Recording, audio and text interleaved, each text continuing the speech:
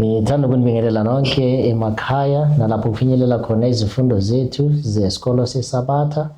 Okhulumayo uBen wakaMaseko Sibongo, kanti-ke ngihamba nomzalwane uSibindi ozothi asisize ekwenzeni lesi sifundo sanamhlanje. Ngaphambi-ke kokuba sicalise isifundo sethu sanamhlanje, sizathi sibe nomthandazo uma umzalwane uSibindi asipha umthandazo wokuvula le nkonzo. Asikhuleke nini. Baba wethu osezulwini, ngalesi sikhathi siyabonga ubana-ke usiphile impilo ubana sizofunda ilizwi lakho. Sengathi ngalelo lizwi singalizwisisa ukuthi abalaleleyo Nkosi emakhaya bathole Nkosi injabulo lensindiso Nkosi ezathi ifinyelele ezindlebeni zawo. Ngolunye usuku Nkosi ngalezi sifundo sibe ngabahlengiwe ekhala sezulwini. Ngelihle igama leNkosi Jesu siyakhuleka. Amen. Amen. Ke namhlanje sifunda isifundo isigaba sesithathu, sikhuluma ngoPilato noma sikhuluma ngoJesu phambi kukaPilato. Kwisifundo sesithathu kwikota yethu yokugcina yalonyaka. Sinevesi lana yokuvula itholakala kuJohn 18 verse 38. Ithi yona lana, Pilate said unto Jesus, "What is truth?" And when he had said this, he went out again unto the Jews and said unto them, I find in him no fault at all. So lana yasho ukuthi uPilato washo kuJesu Kristu wathi yena wambuza ukuthi iyini iqiniso. And uthe mase kambuzile lokhu waphumela futhi ngaphandle waya kumaJuda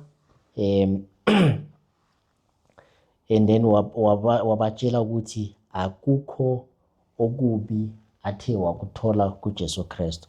So sizathi sifunde kabanzi ngalesi sifundo lesi esikhuluma ngoJesu Kristu aphambi kukaPilato. Mzalwane uSibindi, mhlambe ungathi usiphe isingeniso ukuthi sizwisise ngempela ukuthi lesi sifundo sanamhlanje ngabe sikhuluma ngani, yini ababukeli bethu abangahle bayithole kulesi sifundo. Engikuphawulayo lengikutholayo ngalesi sifundo ukuthi namhlanje sifunda ngoPilato, ilo Jesu Kristu.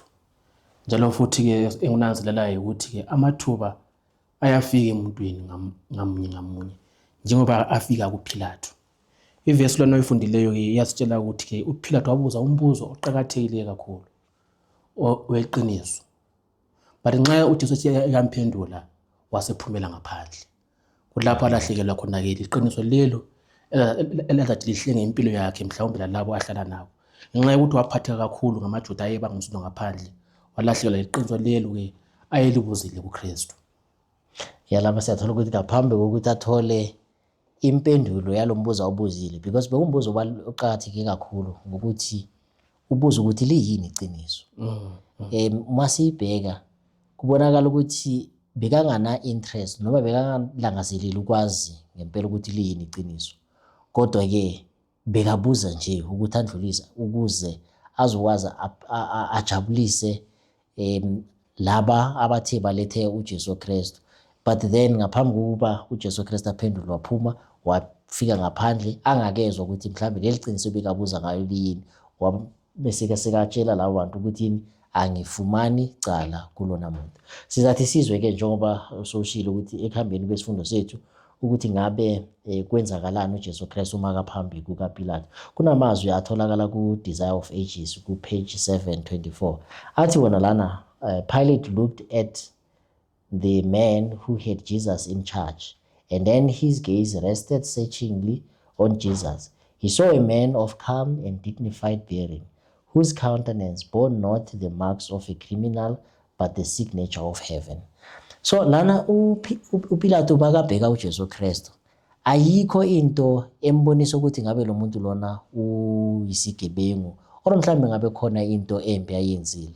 Kodwa into enkulu emangazako lana ebonakala kuPilato noma ayithi makabheka uJesu Kristu uyabheka ukuthi hayi lona ngathi kumuntu othulile, ozithobile futhi umuntu ophethe izindaba zezulu.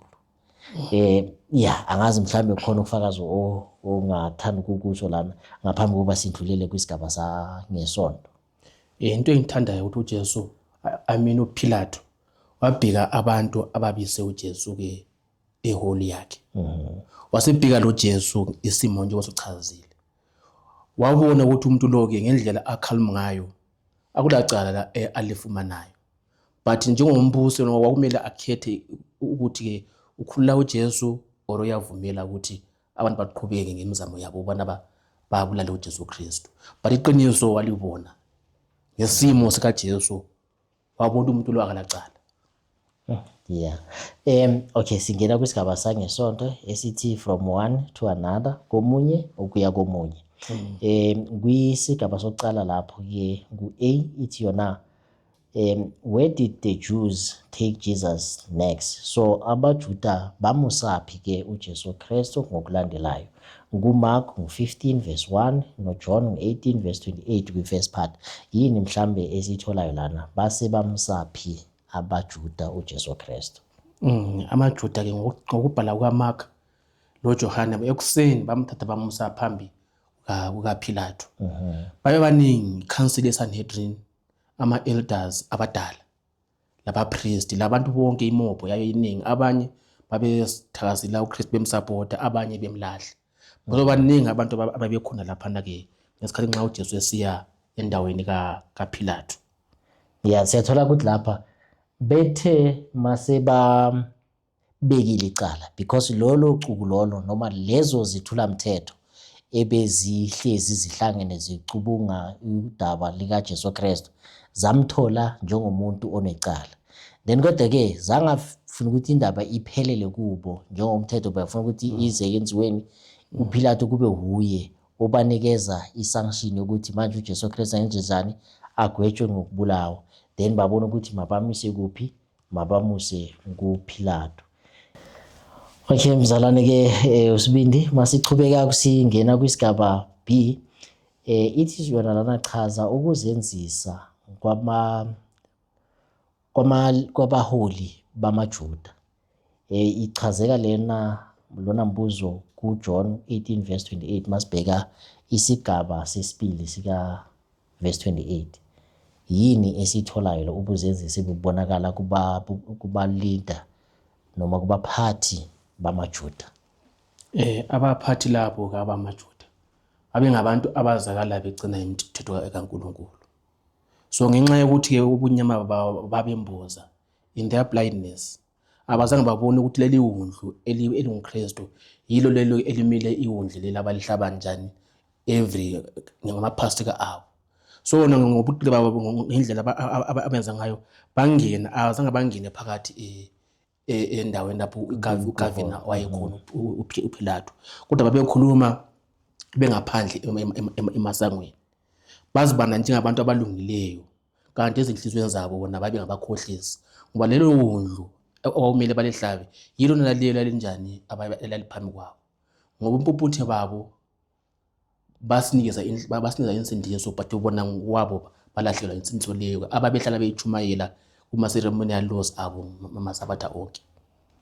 Ya njengoba usho lana into esiyibhekako lana ukuthi ukuzenzisa kwabo kuyabonakala lana bafuna ukuchubeka uJesu Kristu bamuse laphana ku-judgment hall, kodwa ke bathi bona ngeke bangene lapho ngoba izabangcolisa. Akufanele ukuthi bangene lapho ngoba balungiselela kwini iphasika. And njengoba usho bebangazi ukuthi lona ebamchubela phambili ukuthi angene kule ndawo bona ebangafuna ukungena kuyo uye ophethe iphasika lena. Baluza ukuthi bazihlanganise bona noKristu. Bebangabhekanga ukuthi uKristu ulona okufanele lephasika ebalenzayo balokhu balenzela for ukuthi bazokwamukelwa uJesu Kristu, kodwa yena lo Jesu Kristu futhi uye lona abenza njani ebangamvumi. So yeah, okay, masibheke ke kwisigaba sangomsombuluko Monday. KuMonday ithi yona isihloko sakhona sithi in the Roman tribunal. Sibheka ke kumbuzo wokucala ethi yona lana yini lento eyayihlambalaza? What embarrassing question did Pilate ask the Jewish leaders? Umuphi umbuzo ohlambalazayo uPilate wawubuza amaphathi bamaJuda? uPilate ubuza umbuzo ukuthi naye cela bana abalilethayo kulowo muntu ophambi kwakhe. Njengoba ngishilo ukuthi uPilate nxa ebona uKristu wabona umuntu othobekileyo, umuntu ongelacala. So nxa ebona uJesu phambi kwakhe njengensoni, akabuzi Jesu Kristu ukuthi na wenzeni oqala. Uhlabuze abantu abangaphandle ngoba yena personal wabona ukuthi uJesu Kristu akalacala lingamenza agwetshwe ngendlela abaFarisi bamaJuda afuna ngayo. Ngithanda ukuthi ke ukubonakala kwaKristu kwa-impressa kwathathekisa kakhulu uPilate.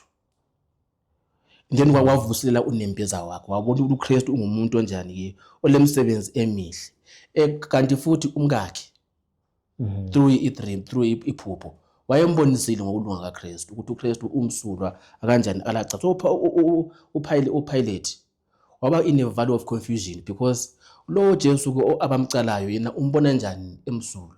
And futhi lobufakazi ukuthi umkakhe umtshela ukuthi na uphuphe kabuhlungu ngesimo sikabantu sikaKristu.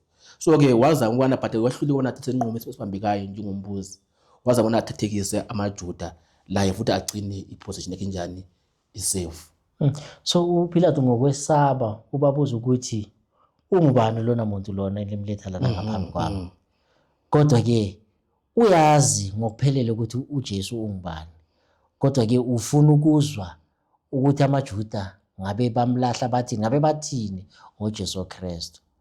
So into lena into uPilate bekazama ukuyibalekela ukuthatha isinqumo njengombusi njengoba sowusho ukuthi ahlise ijudgment noma ambone uJesu Kristu engenaqala. Kodwa bekafuna ukuthi kuzwa kubo laba bantu labo ukuthi ngempela bayicindezela bayamazi yini ukuthi uJesu Kristu ungubani. La khona futhi amaJuda lawo yesaba ukuthi amemeze icala likabani likaJesu ku-public. Kuthiwa baze benze ukuthi babize uPilate ngasese private ukuze bamtshele icala njani abamcala ngalo. Ukuthi na babone nxa bengakhuluma public bakhona abantu bazathi hayi umuntu lona simbonise izimanga akazange enze into le njani elimcala ngayo. Ngcono sinjani sikhulumelawe ngaprivately sikutshele ukuthi wenzeni umuntu lo. Okay, sibheke kwisigaba futhi isilandelayo sithi sona la, what arrogantly evasive answer did the Jewish leaders give to Pilate? So manje ke uPilate uyababuza ngithi ukuthi ni ungubani lona muntu lona. Ngabe bona baphendula bathini? Yipi impendulo ebayiletha nguPilate? And futhi kwakuyimpendulo engaqondakalile nje uma bayiletha. Futhi kuyimpendulo ezivikelayo ngenye futhi indlela. Amadoda lawa amaJuda yenza ukuthi akhulume kahle ngoKristu sengathi bacaphula inkosi uPilate. Bathi kuna kubo uma umuntu lo ubengasosigangi ubengasomuntu onileyo ngaba simletha ngaphambi kwakho la. So ukuthi khona kunjani kukhona okubi akwenzileyo. So ke siyabona ukuthi na icala labo ababeletha uKristu lalingela sisindo kakhulu ngoba bavala ngamazwi ahlakaniphileyo. But ebese sithi eBooks of Ages amalungu eSanhedrin bathemba ukuthi bazathathekisa ke uPilate ngempendulo yawo. So abaJuda namaSanhedrin mabaphendula lana siyabona ukuthi baphendula ngendlela yokuthi mabangabonakali njengabantu ababethela uJesu ngenye indlela. So bebangafuni ukubonakala kwezifu like yibo abamthola necala because babheke ukuthi abantu abaningi babonile umsebenzi wakhe. And if bona bazothi manje no lo muntu wenze lokhu nalo, so bebazama ukuyifihla indlela yokuthi uJesu Kristu kukhona into embi yokukholwa emacondana nezenkolo ayenzile. So into ebebazama ukuyifihla ukuthi ingaveli ibonakala because abantu abaningi bebawazi umsebenzi kaJesu Kristu, bayibona imisebenzi emihle bekawenza. So manje makungenzeka ukuthi bona bathi no lo muntu uphule umthetho wokukholwa, then abantu bazama ngalo ukuthi imuphi leyo mthetho leyo. So now uma siya kusi kuthiwa lana yipi i-declaration of Pilate made the situation of the priest even more difficult. So uPilato uma kakhuluma lapho yini lento ayideclare noma wayisho eyenza ukuthi manje kube nzima manje kuba priest kwizimpendulo zabo. Uthi uPilato ke kumaJuda thathe nini uJesu Kristu lo ke liye mahlulela ke ngemithetho yenu le elilayo. So njengoba sewushilo ukuthi naba baswela omcala njalo futhi ke phela kuze azigeze angafunyana lecala wathi hayi mina angiliboni icala lakhe. Thathe nini liye njani liye mahlulela nina ngendlela yini la ngendlela le eliyazi ngayo. Okwaba nzima futhi kubo amaJuda because babengafuni igazi kaJesu linjani lisale ezandleni zabo. So uPilato manje uyilahlela kubo uthi yena bonani nina ukuthi nimahlulela nithini. Ngoba into nxa babesiya kuPilato yonke into basebeyifanelizile. Into omile uyenziwe nguPilato anjani afake isentence asile yonke le judgment. Bayinanga ukuthi nayi emthatheni futhi lenjani limahlulele nina ngoba nzima I think basebenza ukuthi hayi wena yenza ukwenzayo. Whatever imphumela ezaba khona thina kanjani sizayimela as long as declare ukuthi akanjani makabulawa. Masibheke ku-Tuesday sibona ukuthi ngalesibili ithini ithi pressure on Pilate. So manje sekuba khona incindezi eba kuPilato. Kumbuzo wokuqala ithi yena returning to the judgment hall, what question did Pilate ask Jesus and why? Makabuyela futhi ke manje sekabuyela kwindlu yokwahlulela. Uyabuza futhi umbuzo uPilato kuJesu Kristu. And futhi kungani abuza lona mbuzo lona? Imuphi lo mbuzo awubuzile? uPilato usezwile iside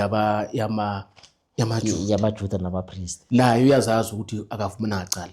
Mana ke sengibuze yena oxa ivictim ukuthi na yena uthini. Uyambuza ukuthi na ke ingabe na uyinkosi yamaJuda. Uyabuza ingabe na uyinkosi yamaJuda. So nxa ebuza kanjalo umbuzo lo kuba khona ukwesaba phakathi kwamaJuda uthi hey umuntu lenxa engaphikelele ebuza ngoJesu Kristu uzahlabona ukuthi ke thina kuyini vele esihamba ngakho ngoba wayekwazi ukuthi uJesu akawunanga amaJuda uphela nje inzondo nxa uPilato engaqhubeka nje siya deep down ngombuzo wakhe le kuzabonakala ini kuzaze kuvele ukuthi esenjani esibuya ngakho. So uPilato la nxa ebuzayo bahle bayakhala ngabantu kuthiwa amaTalmud's bayakhala abantu umuntu lo unjani uyisona. So ke ukuze bacela uJesu babona bangamcala ke ngezenkolo angeke balinikeze lawo. But ngcono secret icala elinjani lokuthi umuntu lo uzama na athathe umbuso politically. So by doing that uPilato uzabaza bathi he is my trade. Nxa efuna umbuso wami saphila ngonjani lami ngimbulala. So they were having some plans, plan B and plan A. Kodwa kukho konke lokho abakwenzayo into esibheka sithola lana ukuthi bayazama ukuplota ukuthi no uJesu Kristu wenze lokho nalokho, but uPilato bekangekho convinced kuyo yonke lento abamtshela yona. Siyathola lana ukuthi uPilato wayibheka wabona ukuthi la bazama ukwahlulela umuntu ongenacala. Wabona uJesu Kristu njengomuntu ongenacala ukuthi hayi bayamsukela kuyo yonke lento ebayikhulumayo lana, because makabona ubheka isimilo sika Jesu Kristu, ubheka indlela uJesu Kristu aphendula ngayo imibuzo, uyabona ukuthi lana akukho cala kahle lana. Kodwa ke sizazwa ukuthi ichube kanjani uma sibheka then uJesu uphendula uthini ke kumbuzo kaPilato. And futhi kwaba what was the reaction yakhe uJesu Kristu? Ngayiphi reaction like wabonakala kanjani makaphendula lo mbuzo kaPilato? Ayinto uPilato manje uyambuza ukuthi ngabe uyilento lena uyinkosi yamaJuda na? And then uthini uJesu Kristu makamphendula sikubhi ngombuzo wakhe awubuzayo uPilato. Yes. Jesu uyambuza ukuthi ingabe lo mkhumele kuyi-idea kumbono kuyini or utsheliwe ngabantu ngami. So uJesu wazange aphendule straight to the point inkosi. Wamphendula ngamazahlala emthweni ngabe utsheliwe ngami yini or lo yini kungumbono wakho yini. So uJesu Kristu ubisela umbuzo kuye futhi kuPilato. ukuthi manje njengoba ungibuza lokho ngabe kuphuma ngakuwe na. So uJesu Kristu bekamnikeza uPilato ukuthi manje uyabona ukuthi umoya ongcwele uyasebenza kuPilato, uyabona futhi ukuthi uPilato akamtholi anecala, then umnikeza manje ithuba lokuthi uPilato makaphenduke kulento afuna ukuthi yenza or lena abazathi bamenzise yona. Manje umnikeza an opportunity ukuthi hey zibheke ukuthi umephi. And futhi babamaseko umbuzo lo wabuza ukuthi uPilato bangu2 ba private noJesu Kristu. So which means ukuthi uPilato was having a big opportunity ubona ke ayesebenzise for his salvation. So walahlekelwa ngoba xa ngibala lapha thina uPilato ke ukuze avike umsindo osenziwa ngabantu ngaphandle. Wathi uJesu wambizela ngasese wambuza ingabe nawe inkosi yamaJuda. Yiwo impendulo uJesu amphendula ngathi na ingabe na ungumbono wakho or noma ujeliwe na ukuthi ungibuze lo mbuzo. Singena ke kusigaba sangalesithathu esikhuluma phansi kwesihloko esithi The Nature of Christ's Kingdom, uhlobo lombuso kaKristu. Kwisigaba ke sokucala sithi sona lapha how did Jesus clearly explain the nature of his kingdom? uJesu wachaza kanjani ngokusobala uhlobo lombuso wakhe ukuze laziseke ngabo bonke until kuze kuphele history noma history yomhlaba. uJesu ke ukhuluma ngokuthi ngokubhala kukaJohane Johane 18:36 ithi umbuso lo onesikuwo manje ayisuwo wakhe. Ngabe umbuso lo bunga wakhe uNkulunkulu Baba esezulwini uyathumela izinceko zakhe nazilwe zize zivimbe ulunya lamaJuda amvikile bona angabushwa. But nxa ukuthi lo mbuso lo aso wakhe mawuqhubeke nje ngoba kunjalo. So ke ngesifo samaJuda abantu uJesu waphila impilo yamaJuda wenza inhambo le khohlakeleyo etempelini wahlanganyela ekulweni ekuntshontsheni lokugqilazuleni babezamthanda uJesu Kristu. Abantu uJesu waphila impilo ehlukileyo leyo abaFarisi abaFarisi abebengakuthandi kuJesu Kristu waba separate kumbe waba different from them. So lo wakhantu umbuso lo abebekuwo kumbe esikuwo namhlanje lo ayisiwo kaKristu lanxa wayephakathi kwawo. Wakho umbuso osezulwini nenxa umbuso ofikile uzaphila ngendlela langezimiso zasezulwini hathi ezababusi bakulo mhlaba. Yes, siyabonga. So njengoba usho uyasho uJesu Kristu lapho makabaphendula ukuthi yena umbuso wami akuwona wakulona mhlaba. If lo mbuso wakhe wakuleli lizwe leli izinceko zakhe beziyakulwa zibange lona mbuso lona ukuthi ziwuthole noma zilwe nababusi abakhona bakulona mhlaba. Kodwa ke umbuso wakhe umbuso ongawona wala emhlabeni njengoba sochazile.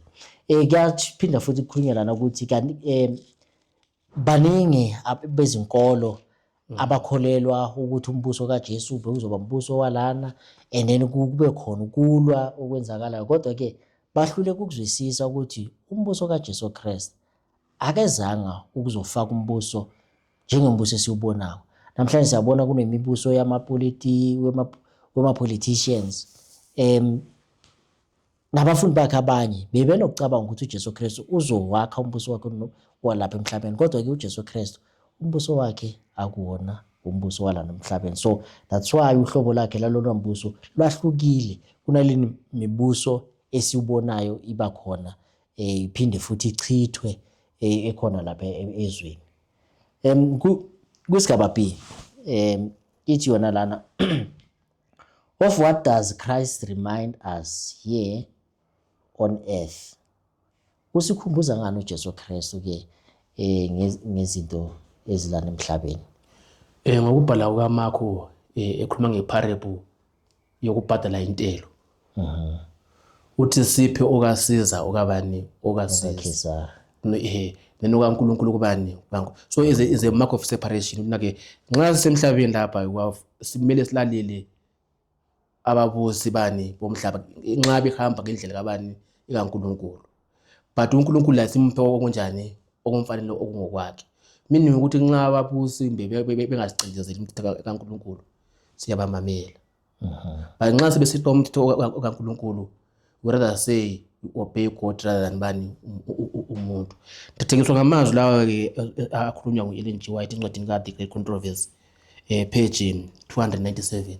So umsebenzi thina esilawo ngenkolo yethu ukuthi sidonsele imphefumulo engaphandle ibuye ngaphi enkonzweni babe ngamakholwa hathi ukuthi thina njengebandla siye ngaphi siye emhlabeni siyephila omhlaba because our mission emhlabeni lapha ukuthi silethe imphefumulo ngaphi ebandleni hathi ibandla liguquleni liphile okomhlaba iyasho futhi ukuthi na uJesu maye semhlabeni akazange aphatheke ke emsebenzini wezopolitiki akazange ahlanganyele ekulweni okukhona ngathatha isikhathi ngoba umhlaba ayephila kuwo wawukhohlakele okwaze kwenza nje labaJuda laba abaphatheka ngaphi ukhohleleni komhlaba uJesu akazange aphatheke kulowo msebenzi kodwa bakwazi bona alalela abaphathi ababusi esenza okulungileyo so ke lathi njengamaKristu akumelanga sibonakale sithakazele into zomhlaba senza ama-violence create ama-clubs okulwa or siphatheke emsebenzini ekhohlakeleyo thina kufanele sibe yizibane ezinhle ezakuthi sikhanyise abantu emhlabeni bese bebona ubuhle bebandla bahlanganyele nathi. Yebo siyabonga futhi okuchazayo lana kamhlophe ukuthi noma kubonisa ukuthi uJesu Kristu umbuso wakhe wakungewona umbuso walana emhlabeni kuyakhombisa ukuthi akazange nanoma ngabe kwakukhohlakele kangakanani izinto ebezenziwa lana kodwa akazange wake wazibona azihlanganisa nezinto zepolitiki yena okwakhe bekashumayeza ngombuso owasezulwini kukho konke bekwenzeka lana akazange nje wazibandakanya kukho kodwa into eyayishilo nika uKesari okungakwaka Kesari waphuma ezintweni zomhlaba. Thursday ngalesithathu missing a golden opportunity ukulahlekelwa ithuba elibalulekile. Kumbuzo wokucala, how did Jesus gently appeal to the conscience of Pilate? uJesu Kristu wancenga kanjani kwenhliziyo kaPilato kuJohn 18 verse 37 sitholani lapha? uJohn lapha uPilato uyakhuluma ukuthi ke uyinkosi uyavuma uPilato ukuthi uJesu Kristu uyinkosi ngomlomo wakhe but sikwalahle ukuthi uPilato nxa esemvumile ukuthi inkosi akazange amamukele ngokugcweleyo ngoba nxa safuna siyaphambili zakuthi sizwe inkambo eyaphuza yaphikisana namazwi la kanjani asewakhuluma ukuthi bani uyinkosi ngoba kumele ahlamkhulule therende ngoba usenjani usebonile ukuthi lo umuntu umsula njalo uyinkosi usemvumile but usuka enze oku-opposite koloko kanjani akukhulumileyo na ngokwakhe. So uJesu ngenxa yokubhala ukuthi uJesu akazange achiye uPilato esebunyameni njengoba ushilo ukuthi na uPilato ke umoya ongcwele wawukhona phakathi kwakhe uJesu wampha amathuba ukuthi umoya ongcwele usebenze kuye akazange amchiye uPilato esebunyameni walibona iqiniso wabona uKristu akalacala wabona ukuthi amaJuda yiwo anjani amdlilizela kumbe amenzela umona but njengomuntu lamandla onke wehluleke ubona akhulule uJesu kumbe amkhulule hayi umuntu lo ke sengimbonile ukuthi unjani akalacala ngiyamkhulula by my authority. Uma sifunda lana ku Great Controversy ku page 722 ithi yona lana uKristu wacingisa ukuthi izwi lakhe ngokwalo lingukhiyo ozovula imifihlakalo kulabo abalungele ukulamukela. Lalingamandla okuzidumisa futhi lena imfihlakalo yokusabalalisa umbuso weqiniso. Wayefisa ukuthi uPilato azwisise ukuthi ngokwamukela nokuhlela iqiniso kungonakalisa imvelo yakhe ukuba idalwe kabusha. So uJesu Kristu lana makanxusa uPilato, inhliziyo kaPilato ukuthi abheke abone ukuthi uJesu Kristu ungubani. So njengoba sithola lana umbuzo uma ubuzo uthi uJesu wanxusa kanjani unembeza kaPilato. So uJesu Kristu wayezama ukumbonisa uPilato ukuthi ungubani, and ukuthi uPilato futhi aphenduke kulento abamphushela kuyo ukuthi agcine enzenjani ambethele noma amahlulele. So yikho osikutholayo lana. Kwisigaba esilandelayo ngazi mhlambe uyathanda ukugcwalisa kulesi na mhlambe kumoya wesiprofeto ngaphezulu. Chasile Yeah. Okay, so lana maybe kancane lana ithi yona lana uJesu Kristu ithi lana Jesus did not leave Pilate without further light. While he did not directly answer Pilate's question, he plainly stated his own mission. He gave Pilate to understand that he was not seeking an earthly throne. So uJesu Kristu akazange wamphendula directly lapho uPilate ambuza khona ukuthi ngabe uyinkosi yamaJuda na. Kodwa ke uJesu Kristu umnikeza i-answer noma impendulo ezathi iveza uJesu Kristu imission yakhe yazele yona la emhlabeni, ukuthi makabone a-understand azwisise indlela uJesu azochuba ngayo umsebenzi, ukuthi akazelanga imikhosi noma ukubusa kwalana emhlabeni. But uPilato akazange wayi-understand noma wayizwisisa incazelo kaJesu Kristu. Njalo futhi into le ayesawa ukuthi mhlawumbe uKristu uzomthathela umbuso. uJesu wenza kube clear ukuthi hayi mina anginjani angilandanga ukuthatha umbuso wakho lo. Okusho uPilato kwakumele angavile afile kwesaba, wamele amele uKristu ngomsindisi wakhe athole insindiso. Ngoba uJesu akamfihleli ukuthi hayi lo mbuso mhlawumbe okukhala ngawo mina anjani anginakila andaba lawo. Lamacala lawo angicela ngawo ngamaJuda lawo aso mission yami. Yeah, no, ikanjalo. Siyabonga. Kubi ithi yona, what deeper question did Pilate ask Jesus? Yet what also shows he had no real interest in the answer. So umuphi umbuzo ojulile uPilato wawubuza uJesu Kristu, and futhi ngokunjalo yini lento ebonisa ukuthi bekangana intakazelelo yempendulo yawo. Umbuzo lo ke Yesu esivule ngawo manje sifuna lolu hlelo. Ukuthi uabuza umbuzo oqhakathekileyo ozamlethela insindiso yakhe. Wathi liyini iqiniso? Lo mbuzo nje omele abekezele athule ini impendulo ebalwele ukuze ke athule iqiniso, but nxa esiyezwa ukukhala kwabantu ngaphandle uyaphumela ngaphandle ukuthi ayezwisisa isikhalo sabantu, but mase ubuya uthi ke akafumani ini icala emuntwini lo. So ke into yamlahlekelayo uPaul ukuthi ke akazange athathola impendulo yokuthi ke iqiniso lela ayilifuna kwakuyiliphi. But ebese ukhuluma lapha na ke ku Desire of Ages page same page 707 ukuthi ke umbuzo lo amazi la akhulunywa nguPilate ayevele emuntwini ongumheathen person. So ngoba imbali kaPilato asimuzi ukuthi wayengumsabatha kumbe wayengena uNkulunkulu anjani athendayo. But umbuzo awubuzayo umbuzo abaningi abakhulu abangeke bawubuze.